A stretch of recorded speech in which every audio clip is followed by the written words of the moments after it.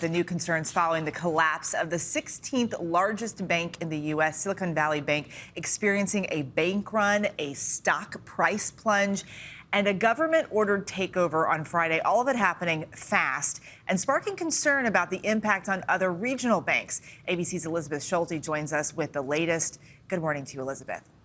Eva, good morning. 2 days after that second biggest bank failure in American history, the question today is if it will trickle across the broader economy. This morning, fallout from the stunning collapse of Silicon Valley Bank. In Southern California, dozens of customers seen lining up at one location of another regional bank, First Republic, to withdraw their funds. Some investors now concerned about the health of First Republic, which also operates in Silicon Valley. The bank seeking to calm any worries as its stock plunged this past week, saying its deposit base is strong and very well diversified, and its investment portfolio is stable. The ripple effects of Silicon Valley Bank's failure also hitting companies and small business owners.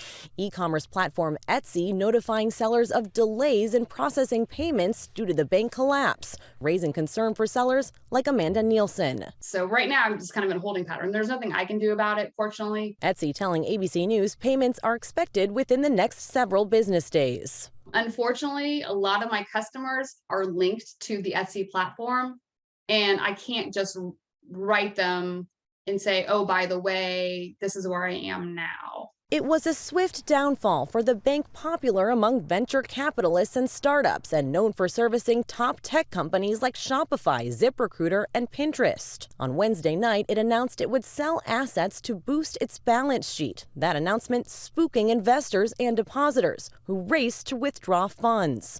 Within hours, panic and a bank run. By Friday morning, the FDIC stepped in, taking full control of the bank. CEO Stefan Kalb says his startup's cash is locked in with Silicon Valley Bank, and now worries about making payroll. So here I am, and I'm trying to make decisions according to what's going to happen for my company, for my team, for my employees.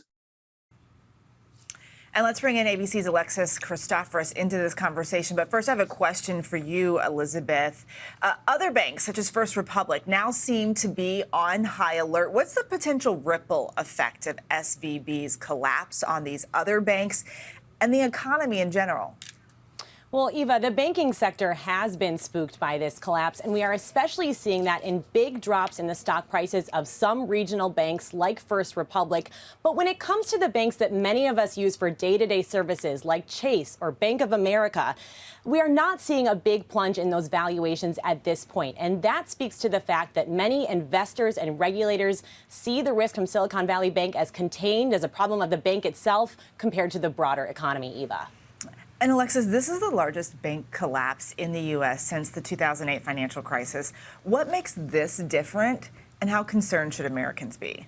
Well, Eva, there are some key differences here between then and now. So the 2008 crisis was broad-based, right? We had large and small banks engaging in risky business, giving mortgages to home buyers who, frankly, couldn't afford them. So when the housing market collapsed, these banks were left with huge losses, which triggered the Great Recession. Silicon Valley Bank, though, appears to be company-specific. It catered to tech startups that came under pressure as interest rates rose rapidly, and their venture capital dried up, and that caused its clients to withdraw their money from the bank.